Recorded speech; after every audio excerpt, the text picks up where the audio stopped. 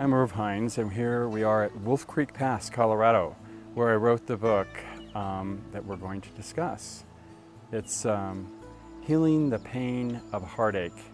A pain doctor examines the broken heart syndrome. And the reason we're here is this is where I did write the book.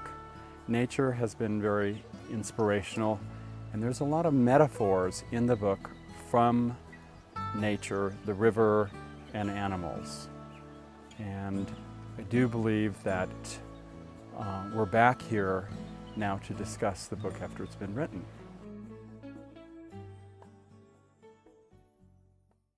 Heartache is very dangerous.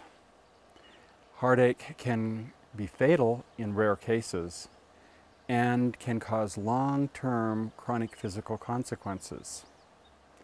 My book provides new medical evidence to support our intuitive knowledge that heartache is more than just an emotional state. Why does heartache feel so physical when we're taught that it is primarily emotional? We all seek evidence-based medicine when we're in the emergency room, but we also want recognition of how emotional suffering can affect our physical well-being. I do think I have some credibility to write a book on heartache because of my various relationships with the heart. Many years ago, I was an open heart anesthesiologist working with the surgeons.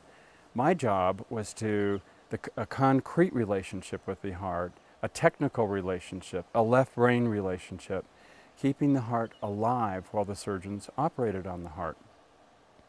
Then in 1985, because of my own enlarged heart and a mitral valve prolapse, I actually went across the Atlantic to have a French surgeon repair my heart valve.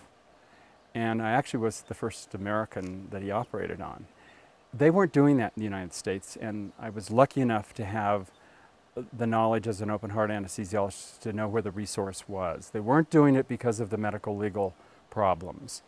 And so I had the heart operated on, and here I am 25 years later and feeling very grateful for having had that repair. But it was yet another relationship with the heart.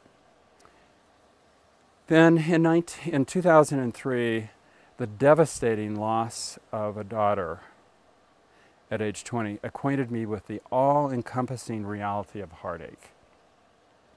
So with these different relationships with the heart, when I read in 2005 in the New England Journal of Medicine how Johns Hopkins had in the cath lab delineated all the physiological heart dynamics that are associated with heartache, I felt, since I had been an open heart anesthesiologist, that I could bridge the gap between the emotional aspects and the physiological aspects of the heart. So it was my challenge to close the gap between the hard science of evidence-based medicine and the soft science of intuition. The hard science treats the heart as a muscle. The intuition treats the heart as a metaphor. So that's what I've done in this book. This book is not a manual for recovery from grief.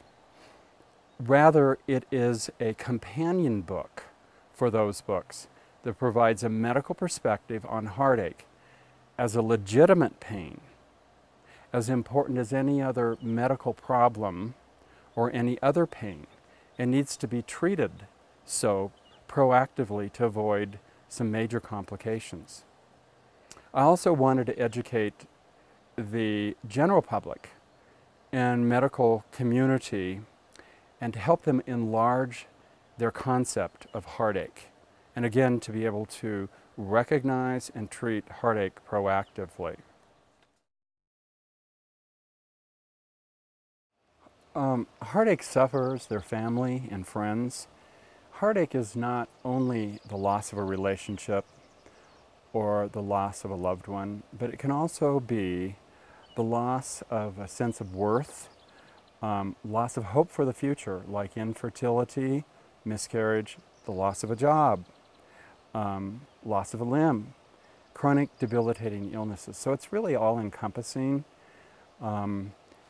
This book is also a resource for heartache sufferers and families to think of new directions and insights of how to work with heartache and how to act proactively with heartache, treating heartache.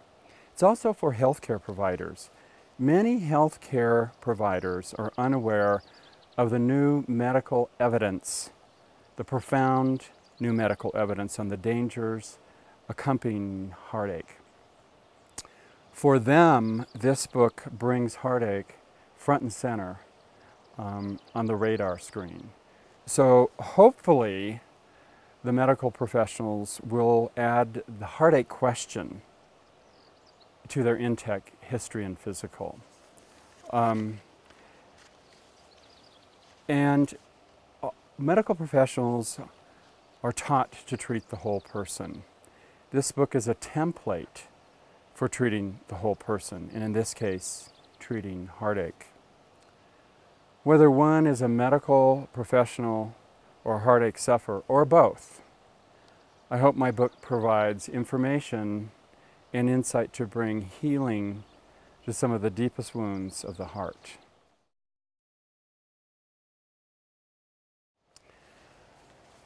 It's bringing heartache out of hiding.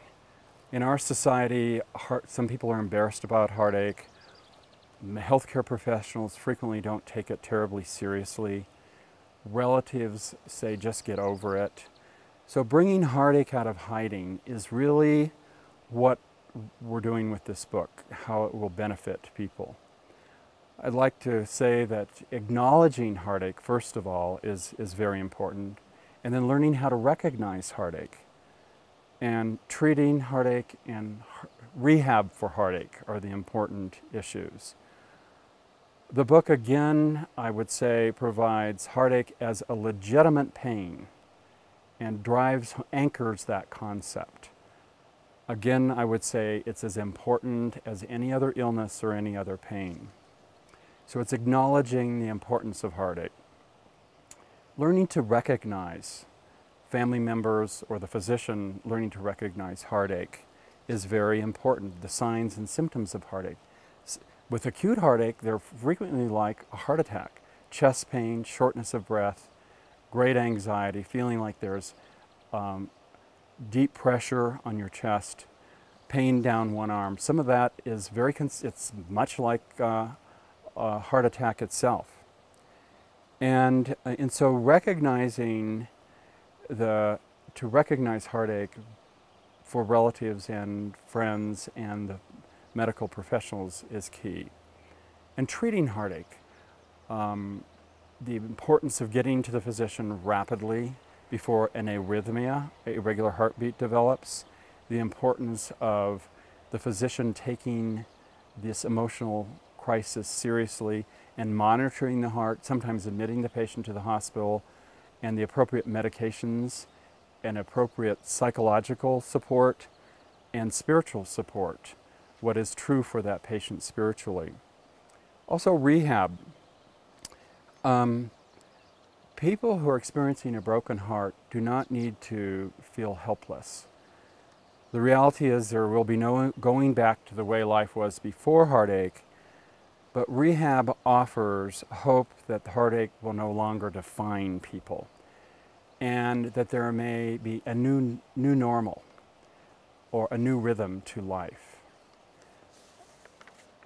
It's important to discuss some of the physiologic criteria that have been found for heartache, so the reader, whether it's a physician, a nurse practitioner, or a lay public, can have an aha experience and feel like they are learning something new, and they can enjoy the fact that they can discuss and recognize heartache as being very physical as well as emotional. Two things happen with heartache physiologically.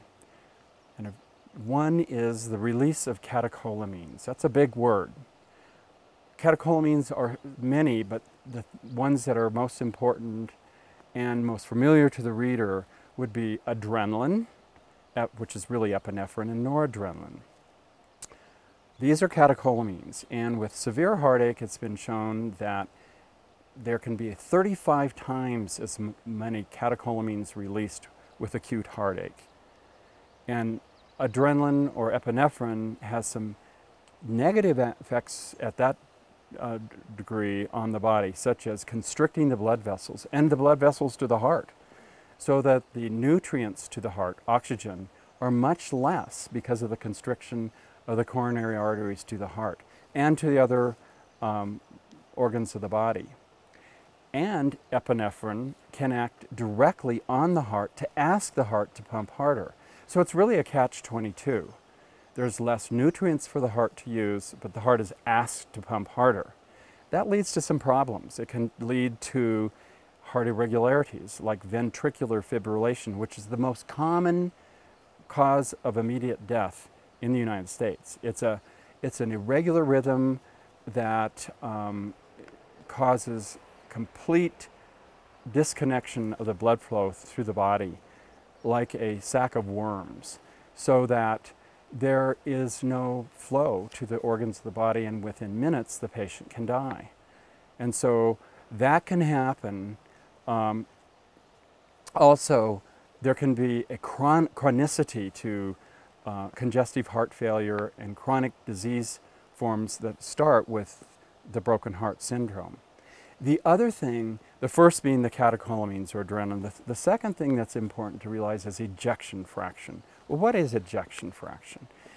It's the percentage of blood that the biggest chamber of the heart, which is the left ventricle, squeezes blood to the body, the percentage of the blood each time it beats. It's usually 50% of the blood in the left ventricle is pumped out to the body, to the heart, to the other organs of the body. But in heartache, it can go down to as much as 15%, so that the blood flowing to the body with its nutrients is markedly decreased, and to the heart. So that the ejection fraction, again, the amount of blood that is pumped out by the left ventricle, can drop precipitously, causing organ failure in the body, including organ failure at the heart. So these two parameters are the newer understood physiologic things that can be happening during heartache, and that's why we now know that there are some real dangers to both acute and chronic heartache, physiologic dangers. I think it would be well to illustrate this with some stories.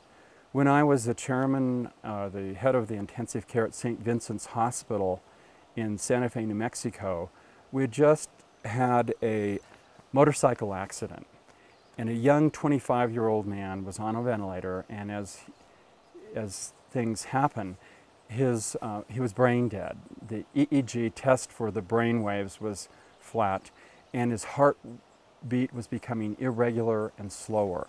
It was clear that he was dying, and it was my job to go talk to his wife, who was in the holding area, along with 5 children from ages 2 to 10. So I tried to be very compassionate and went out to the holding area to discuss this with his 29-year-old wife. And as I said this to her, she put her hand to her heart, and she told me, she said, "I'm really profoundly worried that these children are going to be orphans, because I feel like my life force is leaving too. I feel a great pressure in my heart. I feel like I can't stand here." And she sat down. "I feel like in any moment now, I too am losing my life force."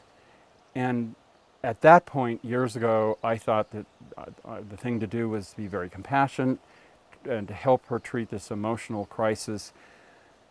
And so we did get some support from her friends at that point and pastor. However, now I would be much more cautious. I would at least take her to the emergency room. We would do rhythm strips, possibly admit her to the hospital, watch her closely, possibly treat any arrhythmia that developed, give supportive treatment, and institute right away interdisciplinary care, spiritual, should she have a spiritual belief system without question, friends and family, and develop a pattern of rehab after leaving the hospital. Even though she was young, heartache can happen, devastating things can also happen to younger people, although it's much more common that people with already pre-existing problems such as high blood pressure, coronary artery disease will have a fatal or a long-term consequence. Another story that might be interesting to you, in the pain center in Albuquerque, we had a wonderful gentleman who had rheumatoid arthritis. He was 80. He would come in his wheelchair with his service dog named Buddy. And the service dog was a mix, a lab retriever mix, a wonderfully bright dog. And this patient had developed this warm relationship with this dog. Not only was the dog his biggest emotional support, but did several things for him. Would actually go to the refrigerator and bring him a pop and open doors. So what happened was that he had raised a big family and had educated all of his kids well, and his kids became very successful. They were off in London and Atlanta and Mumbai, and they called him occasionally. But as you know, the nuclear family in the United States has changed, and the success is looked at how successful your kids are, and I'm sure they loved him and he loved them, but the problem being he was left and his emotional support was his dog. Well, the nurses read in the paper that this particular patient had died. We were all sad, but we also learned that his service dog had passed away 1 week before. So now we know what does happen, especially with the elderly. Heartache can lead to death because of these physiological parameters.